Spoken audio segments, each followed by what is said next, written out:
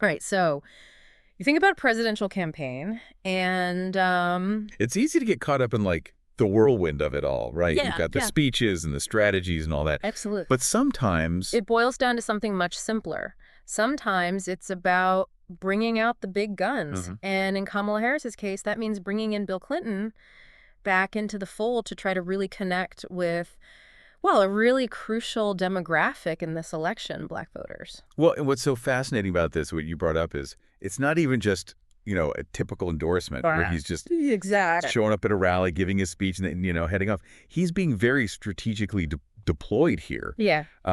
to really shore up that base, Yeah. particularly in those southern swing states with Black voters. And I mean, this isn't happening in a vacuum. I mean, we just saw Obama in Right. Pittsburgh directly addressing Black men about their voting habits.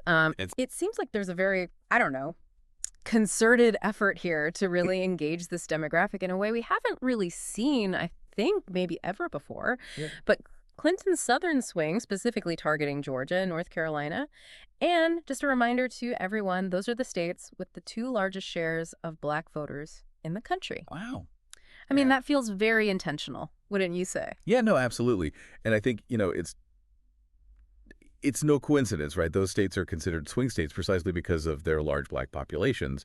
And so for Clinton to be focusing on those two, really signals to me that the campaign understands that these voters are going to be absolutely crucial for, securing a win. And the other thing I find really interesting about this is how Clinton is really leaning into that first Black president label that Toni Morrison gave him Oh, yeah. back in the 90s, which, I mean, it's a loaded term. Mhm. On the one hand, you have this, like, it speaks to his historically strong connection with a lot of Black communities, Mhm. this perceived understanding of their concerns. On the other hand, it gets at these very complexities of representation and what that actually means. Mm.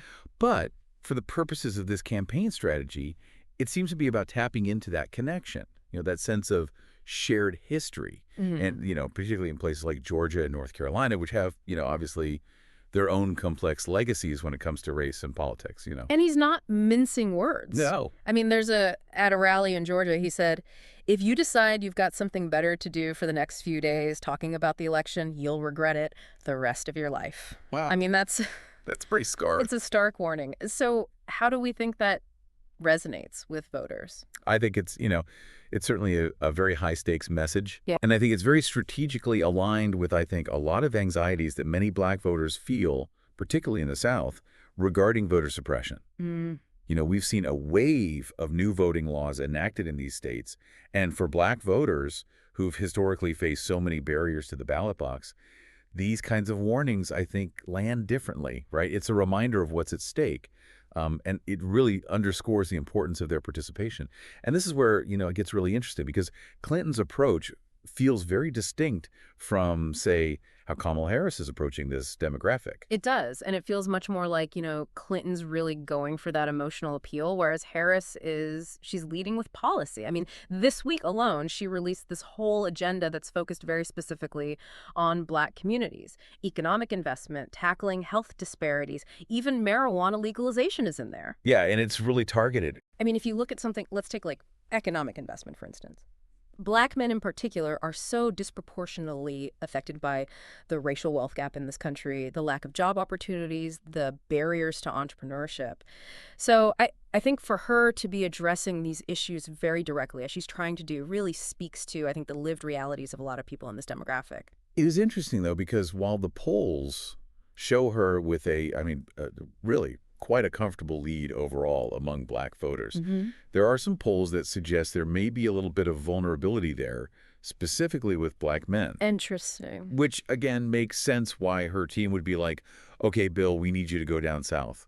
We need you to, really help shore up this support. Totally. And this is where I think Clinton has this very unique ability to really connect with voters on this, like, very personal level, Oh, yeah. to convey a sense of empathy and understanding that I think is really, really powerful. He's very good at that. You can see him at, like, a fish fry at a, Black church, even just at the local McDonald's, and he just kind of, like, fits right in. He does. Exactly. Exactly. And don't underestimate the power of that, right? Like, Right. in this age where everything feels, so politically polarized, Yes. to have somebody who can kind of like cut through that noise and just have that kind of authenticity can go a really long way. It does. And what's really interesting, too, is, while he has that very, like, down-to-earth personal touch, his closing message is very much about empowerment. All we got to do is show up, he's been saying. If we show up, we'll win, and it's in your hands. There you go. Like, he's literally putting the power to decide this election in the hands of Black voters. So, I mean, it really does kind of leave us with this question of, will this approach, this two-pronged approach, be enough, right, with the Clintons?